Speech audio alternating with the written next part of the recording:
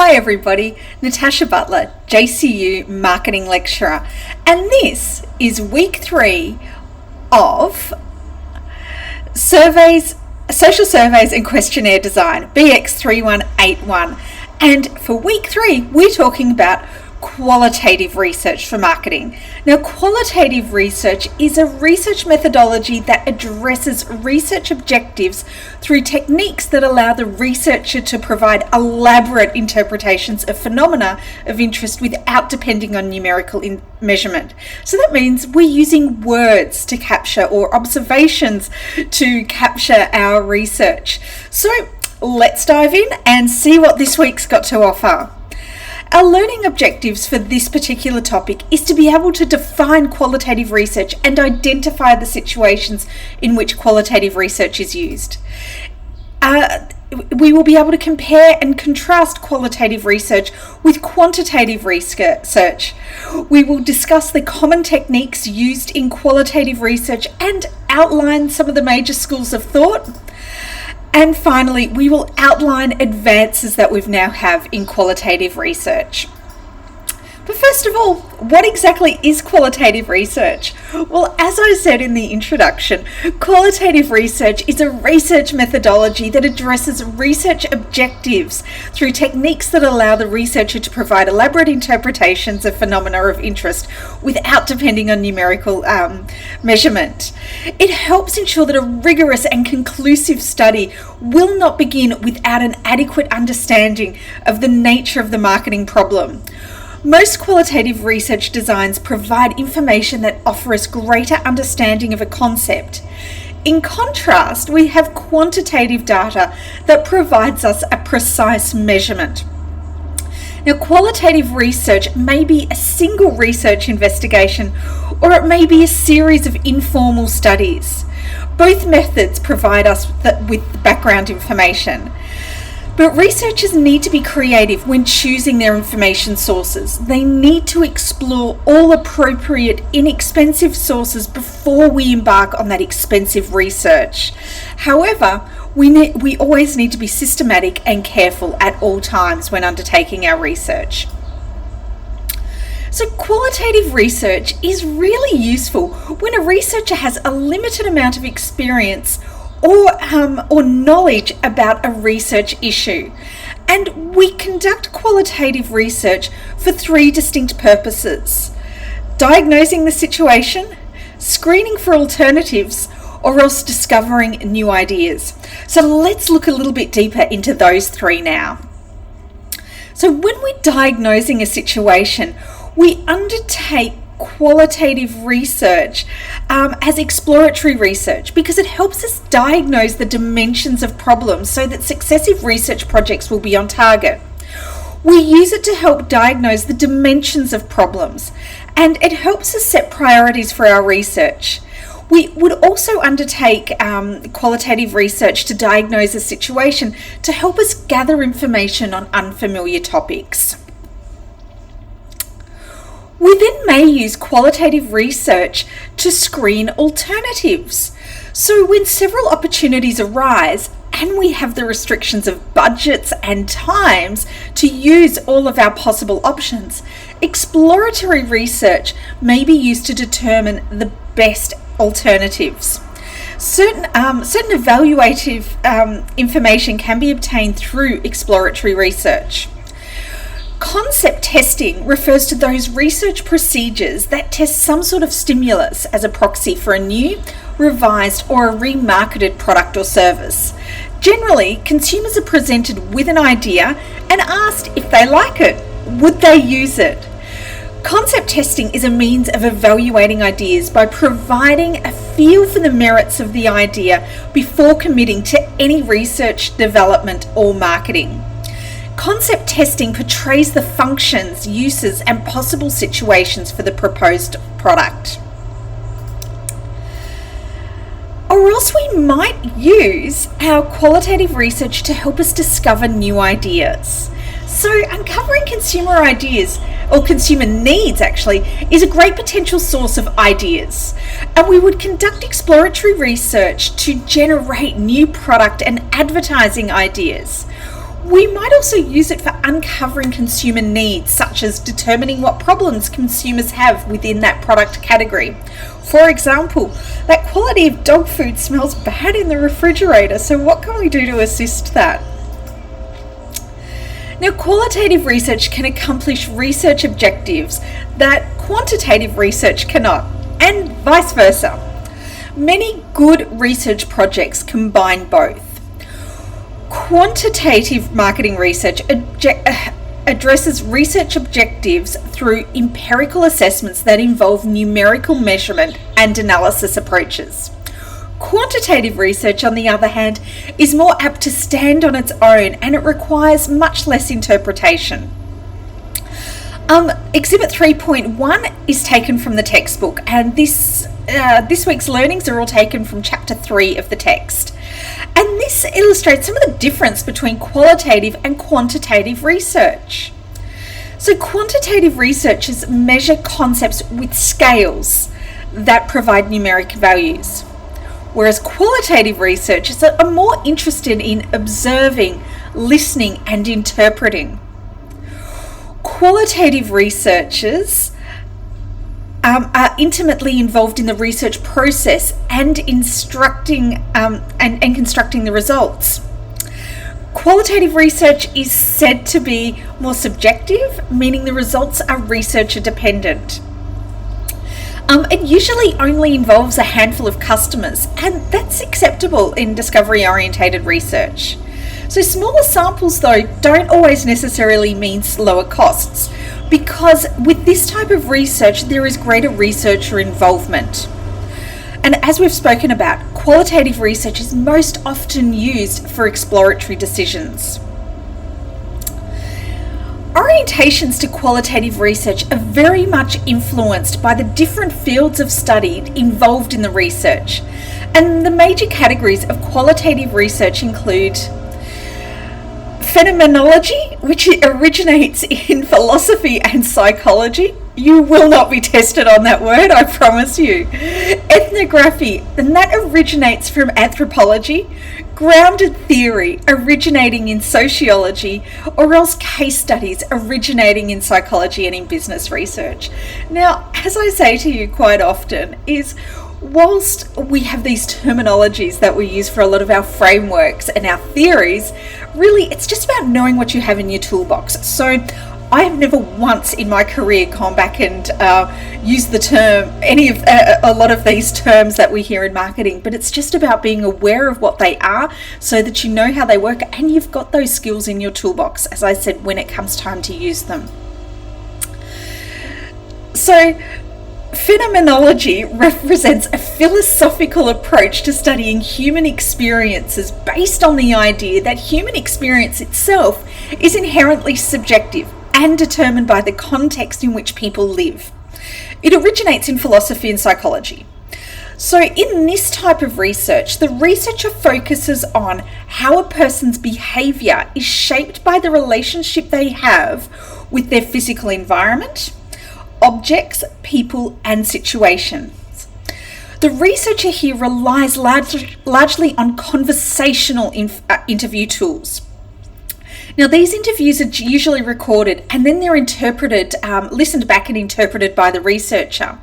And the researcher tries to avoid asking direct questions, but they ask the respondent to tell a story about their experience. And respondents need to feel really comfortable to open up and to share their story. And some ways that we can accomplish that might be by being part of a group, or to have be anonymous when conducting the research.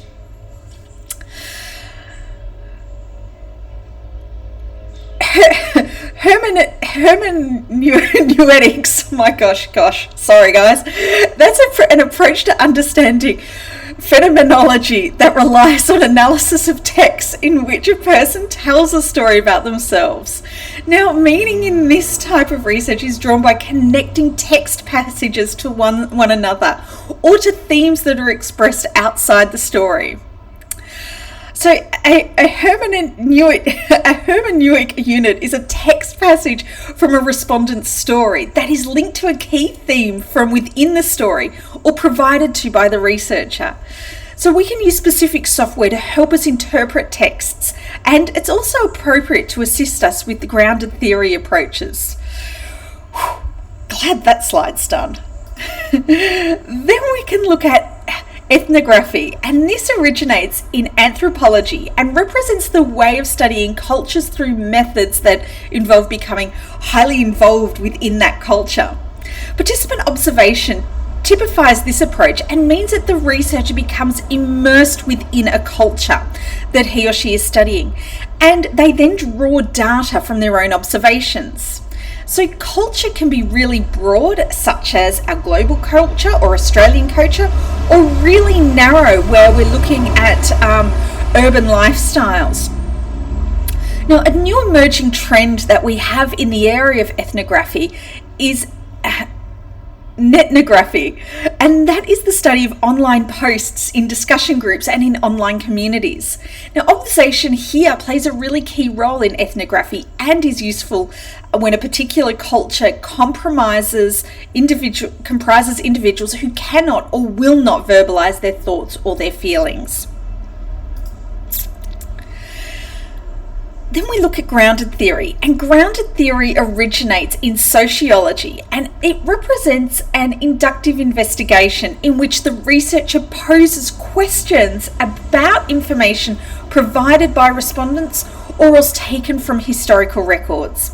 The researcher asks the questions to him or himself repeatedly and questions the responses to derive deeper explanations.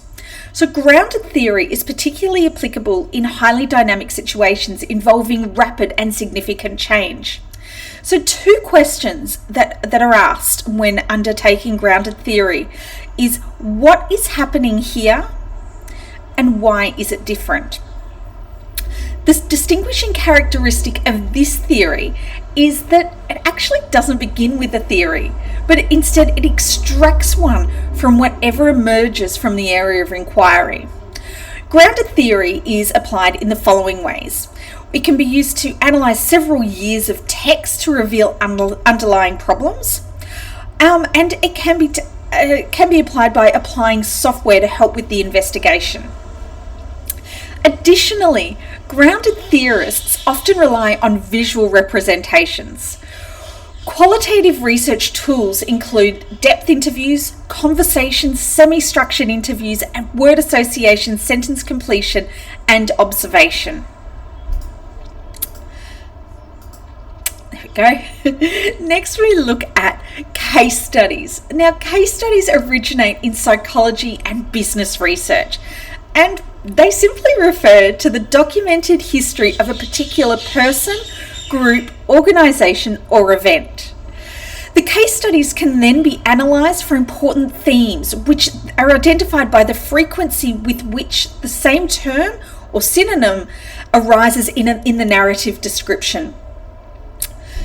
Themes may be useful in discovering relevant variables.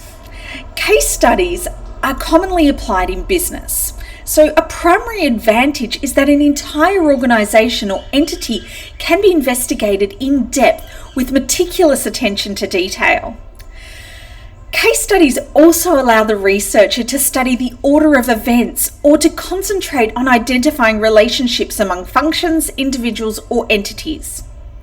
Case studies also often require the cooperation of the party whose history is being studied, but not always too. So, for example, and I use case study research quite often, because for example, we might be thinking of opening a city store that sells fresh fruit juice, and to gain some background knowledge on this type of business, we might conduct a case study on other fruit juice businesses there are in the market, such as Boost Juice, to help us form our opinion and to give us that background information. When it comes to analysing our qualitative responses, we use a thematic analysis. And a thematic analysis is a technique where phrases or concepts are joined by their concurrence across respondents, events, and themes. It involves moving backwards and forwards to the data and the report. Now, I know that here, this over here, it does look a little bit and a bit scary, but it's really just us being able to map out those themes and those words that we've got there. Oops, sorry, went backwards. Now I can't go forwards again. There we go. Okay, so there is a 6-step approach that we take when we're analysing our qualitative responses. We look for data familiarity, and that is coding of response, data familiarity. So what can we see that is familiar in that first instance? We then code those responses. So as you can see here, things are coded by colour. We might assign codes with potential themes. We then review those themes and add more if required. Then we name and define those themes. And then finally, we produce our report that tells that story.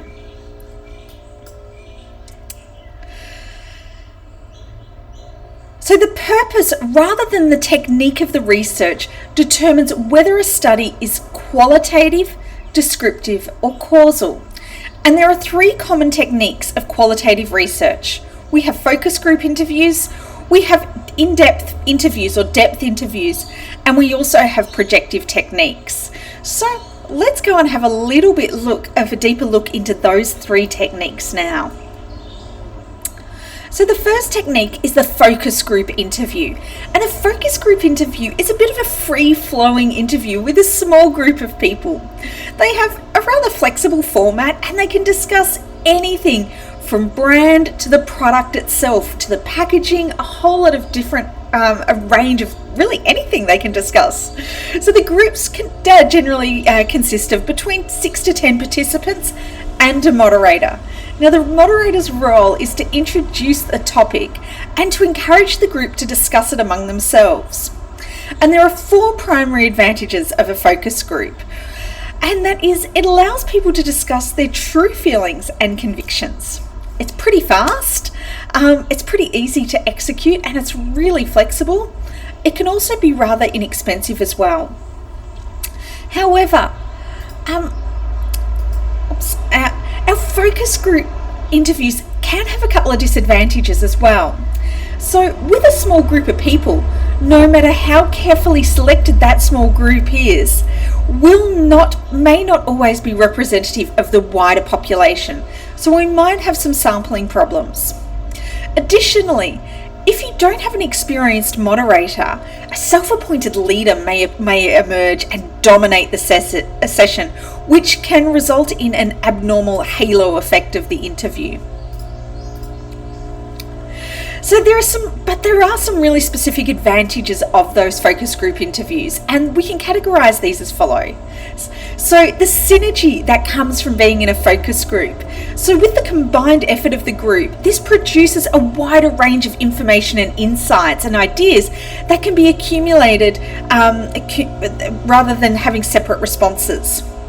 We have the snowballing effect or a bandwagon effect, because where one individual often triggers a chain of responses from other participants because one person's picked up on something and it snowballs and rolls from there.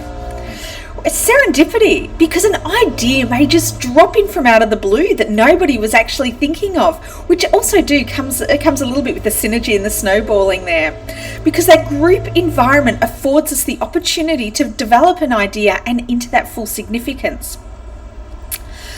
We have stimulation. Because the respondents are in a group together, they're able to express their ideas and expose their opinions as the general level of excitement on the topic increases. People feel a little bit more secure in a focus group interview and can be a little bit more candid, because they realise that things that are said are not being identified to one individual. There's a level of spontaneity as well, because people only speak when they have definite feelings about a subject, and not because a question requires an answer. There's specialisation too. The group interview allows the use of a more highly trained moderator, because there are certain economies of scale when a large number of people are interviewed simultaneously. So you don't need to have one-on-one researching. there's the structure too, because the moderator can actually be part of the group and they control the topics that the group discusses. It's fast because of the speed of it. We're getting insights from a number of people really quickly. And there is also scientific scrutiny that goes on there because the group can be recorded for their observation. And this allows us to go back and watch it again and check for consistency in interpretation and just if there's anything else that might have been missed. When it comes to focus group interviews, the ideal size for a focus group is around 6 to 10 people. And this avoids 1 or 2 members intimidating the others, but yet it's small enough for the group to allow adequate participation and conversation. Homogeneous groups avoid confusion that might occur if there were many differing viewpoints, and researchers who wish to collect information from different groups should conduct several different focus groups with those different homogeneous groups. So the group session may take place actually at the research agency, the advertising agency, in a hotel, in a function room, or even in the subject's actual home. So we can undertake focus group research really anywhere. And we want these sessions to be relaxed and as natural as possible. We can also use commercial facilities as well, and that's where we've got videotaping cameras and microphone systems in observance, and this could be behind one-way mirrors, so that means that we're able to observe, but the people in the focus group don't realise that they're being observed. We use a moderator in our focus group interviews because their job is to develop rapport with the group and to promote interaction among its members. The discussion might start out in general terms, but it's the moderator who should be able to focus the group on specific topics. So the moderator's role is to develop rapport with the group and help people relax. Their role is to promote interaction among group members and give everyone a chance to speak. The moderator also needs to really listen to what people say so that then they can perhaps turn the conversation, line of conversation into somewhere else, or directing the discussion in different areas of concern, or bring it back, because the moderator manages that discussion flow. The moderator too wants to start just with a general discussion before we get into those specific topics, almost like what we do in class. Now, effective group moderators prepare those discussion guides prior to coming in, and that it helps us ensure that the groups cover all of the topics of interest. The discussion guide begins with a written statement of the prefatory remarks to inform the group about the nature of the focus group, and then it outlines the topics and questions that is going to be addressed in the group session. Focus groups too can be really helpful in the later stages of a research project, but the findings from surveys and other quantitative techniques can raise more questions than they answer. So managers who are puzzled about the meaning of their survey results may use focus groups to better understand what the consumer surveys are indicating. In such a situation, the focus group supplies diagnostics, and that helps that quantitative research after that quantitative research has been conducted. But there are also some shortcomings and some disadvantages of focus groups. There's 2 specific ones. The first one is that the focus groups require a sensitive and effective moderator, because without a good moderator, self-appointed participants may dominate the session, as we spoke about before, and that can give us some misleading results. Also, if participants react negatively towards that dominant member, we may find that the attitudes towards the concept or the topic of discussion may occur. So we need to be very careful of that. Also too, we need to be aware, or one of the disadvantages of the focus groups is because the focus group participants have all been screened and have similar backgrounds and experiences, they may not be representative of the entire market. So researchers often select focus group participants because they have similar backgrounds and experiences. So I've doubled up what I'm saying there. So we need to be mindful of that, of what type of view are we getting. And again, as we discussed earlier, it may be worthwhile doing multiple focus groups with different homogeneous groups. Let's now look at the second technique, and that is depth interviews. Depth interviews or in-depth interviews are similar to like a client interview or a clinical psychiatrist session. And this is where the researcher asks lots of questions and asks the subject to elaborate on their answers. So the subject matter is usually disguised, so you don't actually know what what the researcher is trying to uncover. But that researcher, they're designed to just ask lots of questions and probe for additional elaboration after the respondent answers. So this type of research requires a highly skilled interviewer, and they encourage the respondents to speak freely without being influenced. So they ask questions such as, can you give me an example of that? Why would you say that? Why do you think that? What's going on there? Now, depth interviews, they're not quite as popular as they once were, and that's just purely because they're really time-consuming and expensive.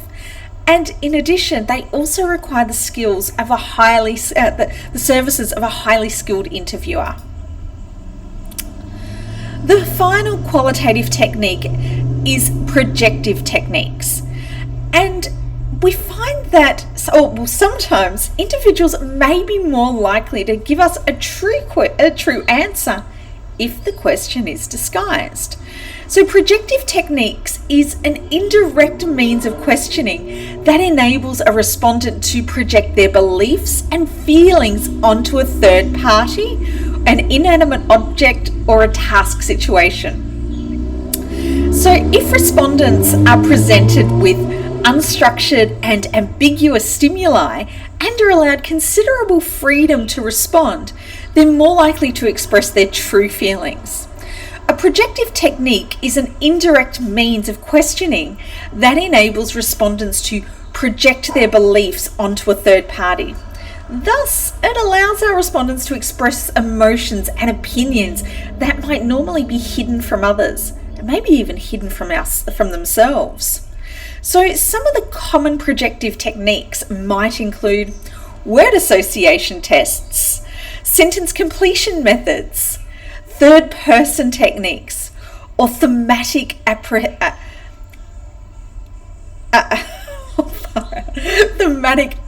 apperception tests as well. So let's look at those three in a little bit more detail.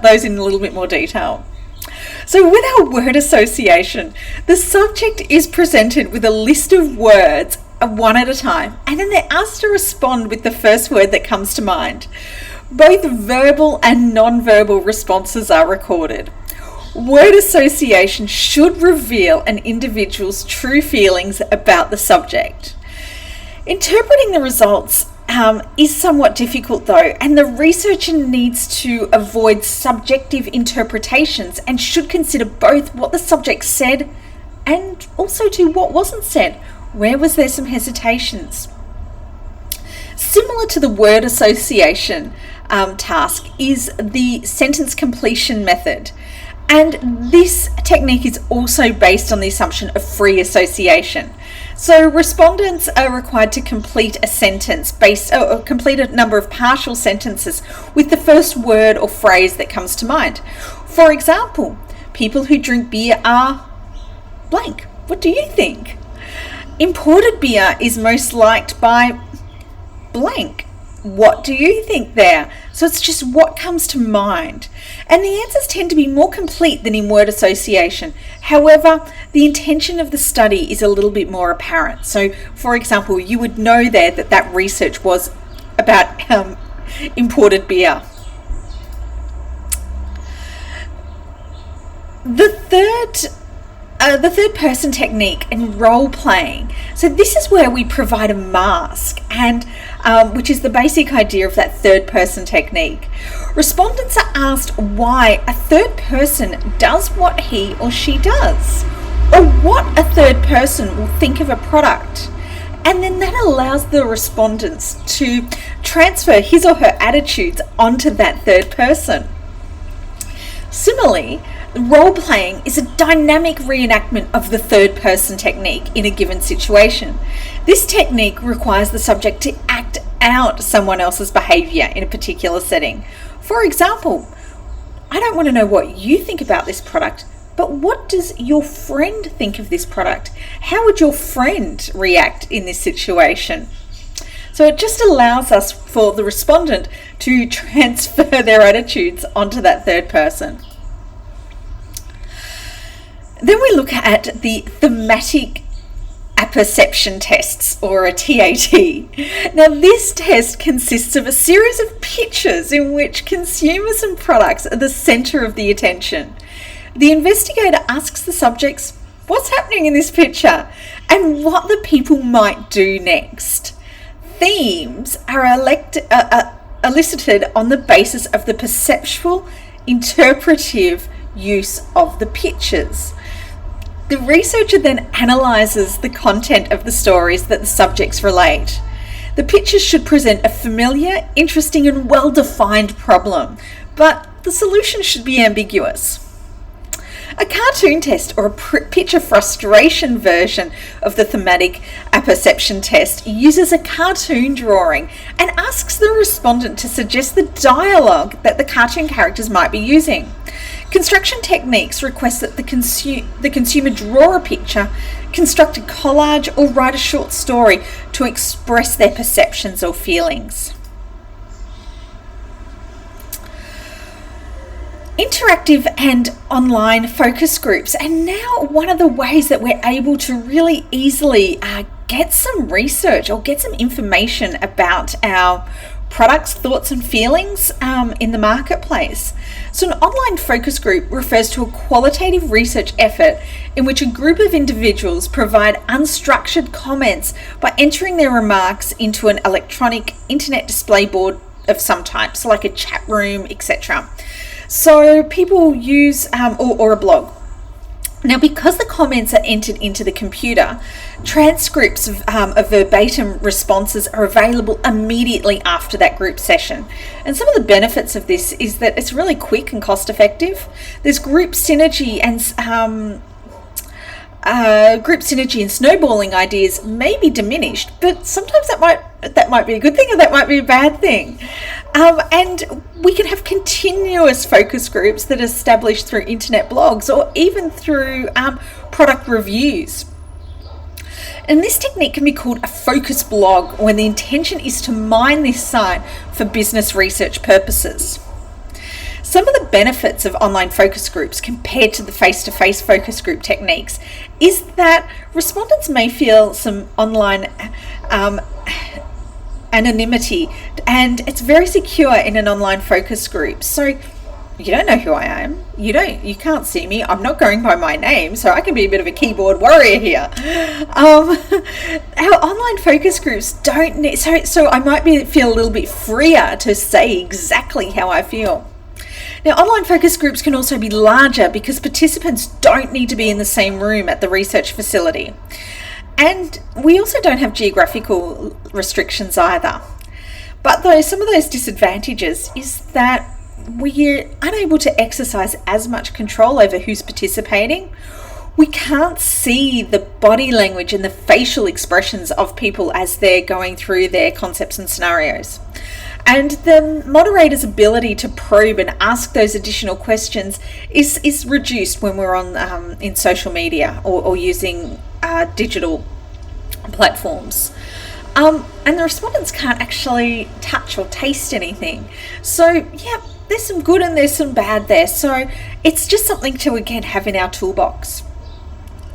And then of course we have our social networking, and really it's one of the most significant trends in recent times is using social networking to get some feedback on our on what it is that we're researching. A large portion of this information discusses marketing and consumer related information, and companies monitor these sites for information related to their particular brands and code it as whether it's positive or negative. This data is a lot more realistic and it's usually less biased than direct questioning. However, there is the ethical issues there around privacy and consent. But look, honestly, nowadays too, it doesn't take much just to get online and to do a quick social search of the topic that you are researching, and you just get a feel. It's, read the room on how people feel about a particular topic. What's trending at the moment in that space is a really common thing to do and really easy way to gather information. Now, of course, software development, it's come a really long way in a short amount of time, of course, with the digital revolution. So there is some common programs that we can now use to help us with our qualitative research. And these programs help us identify themes and connections within the text, as well as with videotapes and photographs as well. We also have text mining too. So text mining is modern predictive analytics software, and that enables text data to be mined from various sources, including their social networking sites, recorded conversations from call centers, and email contacts, etc., and many, many more things. So again, it's just allows us, so we've got the tools there that is able to reach out over multiple platforms and bring all of this data in together. There's also things such as media monitoring as well. So qualitative research techniques does have their limitations, and the interpretations of the results can be judgmental. Thus, they can't take the place of quantitative, conclusive research. Now, because of certain problems such as interpreter bias or the sample size, exploratory findings should be treated as preliminary. The major benefit of exploratory research is that it generates insights and clarifies the marketing problems for testing in future research. If the findings of qualitative research are negative, then no further research needs to be conducted. However, the researcher should proceed with caution, as there is a possibility that a potentially good idea could be rejected because of unfavourable results at the exploratory stage. In other situations, when everything looks positive in the exploratory stage, there is a temptation to market the product without further research. And in this situation, we should determine the benefit of information versus the cost of additional research. And one of the areas where, we need to be mindful of this is Henry Ford speaks about when he first developed the first motor car, is that when he was doing his research and asking people what they wanted, their comment was they wanted faster horses and carriages. And that was because the concept of a motor car wasn't in people's imaginations or ideas that we could have a motorized vehicle. Likewise, with the onset of mobile phones, was that Nokia were looking at introducing cameras into phones, and the research was kind of a bit like, yeah, that's interesting, but I just want a phone that's a phone. Why would I want to be taking photos on my phone? Which all just seems crazy to us now, right? So we need to be careful and interpret those results and in the way that we ask those questions and interpret those results, because there is that possibility that a potentially good idea could be rejected because of the unfavourable results at this particular stage. So it's always important to remain subjective and objective when we're doing our research. So some of the key takeaways from this particular topic is that qualitative research allows for elaborate interpretations of phenomena of interest without depending on numerical measurements. The choice of technique influenced by 4 schools of thought: the phenomenology, ethnography, grounded theory, and case studies. That our popular techniques for undertaking our qualitative research is our focus groups, our depth interviews, and projective techniques. And each of those have their inherent benefits and limitations. And finally, there is really that shift towards online medium for data gathering. It's so easy and cost effective now, and that's where we are extracting that data from emails, chat rooms, social media, etc. So coming to the end, by now you should be able to define qualitative research and identify the situations in which we would use it. Compare and contrast qualitative research with quantitative research. Discuss the common techniques used in qualitative research and outline the major schools of thought. Outline advances in qualitative research. So everybody, I hope that you enjoyed today's session on looking at qualitative research. And don't forget to refer back to the textbook, which is chapter 3, and I look forward to seeing you all next week.